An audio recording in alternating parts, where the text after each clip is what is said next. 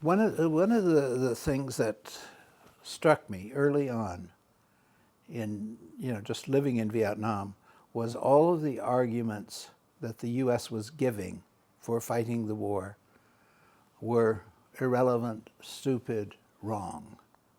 Um, the the idea that we were preventing the southward movement of China was so wrong.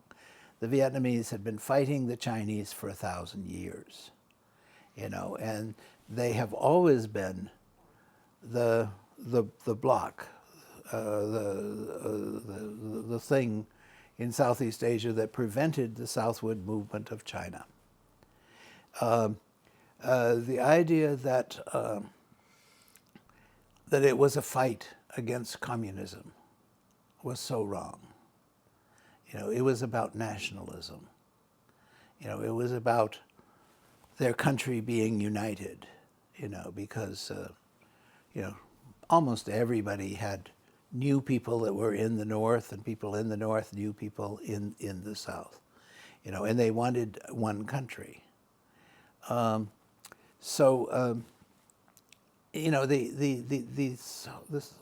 pretexts.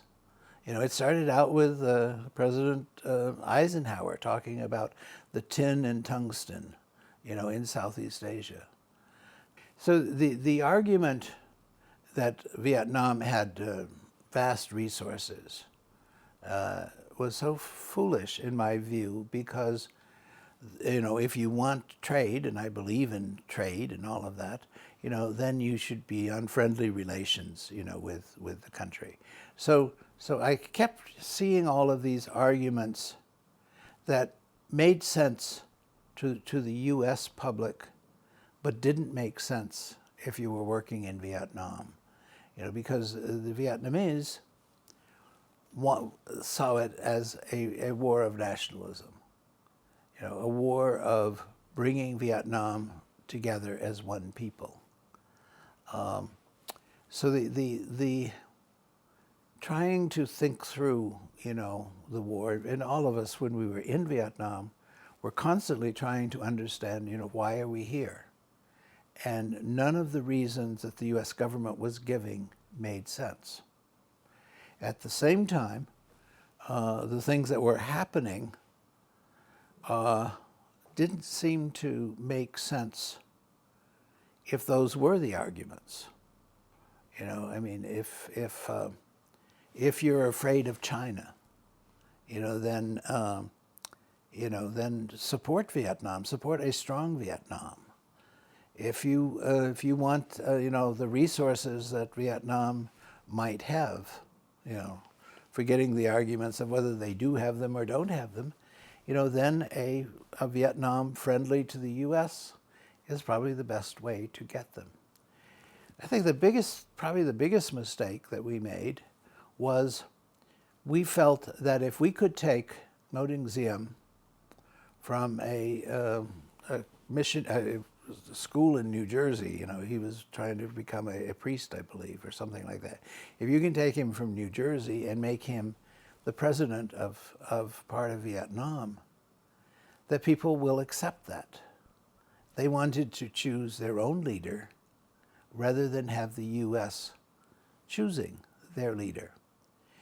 And there is no way in 1965, for example, that you could convince the Vietnamese that the leadership of Vietnam, the presidents, whether it was Ngo Dinh Diem or Nguyen Cao Ky or Nguyen Van Thieu or whoever, that they were selected by the Vietnamese. Everybody knew they were selected by the U.S.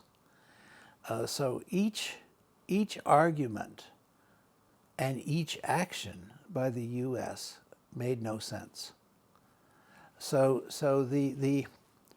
for us in a little voluntary agency there, we're trying to figure out how do we help Vietnam. I mean, that's why we went. And then to see your crops that you're working on defoliated, the students that you are teaching being tortured, no matter how much in favor of the war you had when you went, you really had to question it, because it was morally wrong, in terms of the torture. It was an impossible war in terms of our deciding who should be the leadership of Vietnam. And it ended up in, an impossibility. So if you look at it from the perspective of what's happening to the Vietnamese, and we did, because we were working every day with them, our best friends were Vietnamese, you had no choice, at least I felt I had no choice, but to oppose the war. I remember at one point, one of the head, Elizabeth Brown, was head of one of the agencies in Vietnam, and she said, to the press, the problem is for the voluntary agencies is that we are here to help people, and the U.S. military is here to kill them. Now that's putting things, very blunt, and and leaving out a lot of other stuff and so on. But for those of us in the voluntary agency, it became so clear, why, by staying, are we helping? The problem too is that we keep doing the same things. It's that we keep torturing people, and and our government is making the wrong argument. They're trying to say, that torture, we get information when we torture people, and that's questionable. But the biggest problem is that when you torture people, you make more of the enemy. By torturing a person, you make at least 2 or 3 other enemy people, whether it is in Iraq or Syria or Mexico. I'm not saying we're torturing people in Mexico, but it makes no sense.